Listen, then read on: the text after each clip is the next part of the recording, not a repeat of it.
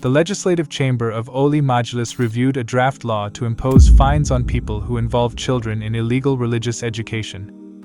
The draft passed its first reading with no objections. Currently, anyone offering religious education without a permit from the Committee on Religious Affairs can be fined or imprisoned. If the new law passes, parents who send their children for unauthorized Islamic education will also face penalties.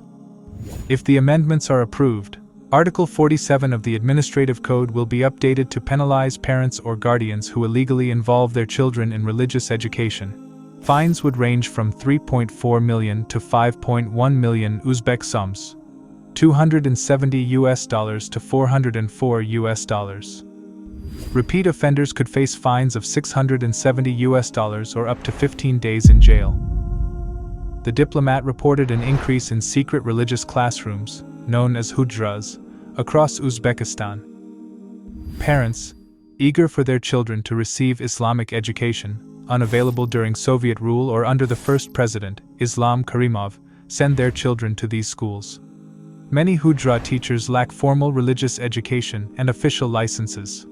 Uzbekistan, where 88% to 94% of the 37 million population is Muslim, has only 15 Islamic educational institutions compared to 2,125 mosques.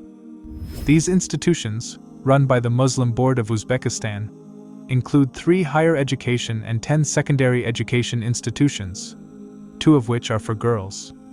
Students can only join these institutions after finishing secondary school at 15 to 16 years old, an age considered less ideal for memorizing the Quran.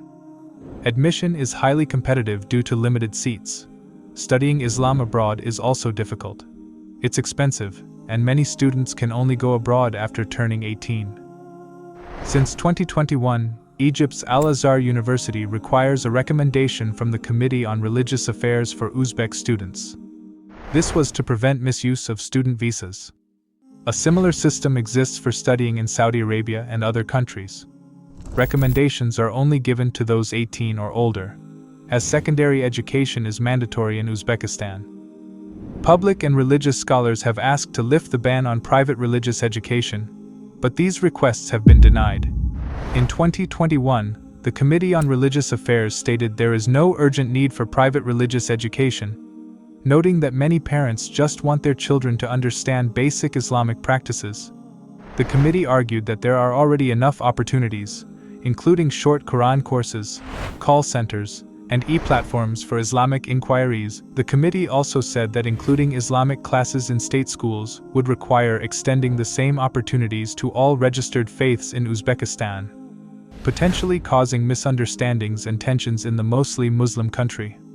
Alisher Sadullayev, chairperson of the Youth Union of Uzbekistan, noted the lack of qualified teachers for Islamic education. He questioned whether educators have the necessary expertise to teach effectively. Uzbek authorities closely monitor religious activities, using security services to surveil mosques and gatherings. Those expressing dissenting religious views or involved in unauthorized religious activities can face harassment, intimidation, or imprisonment.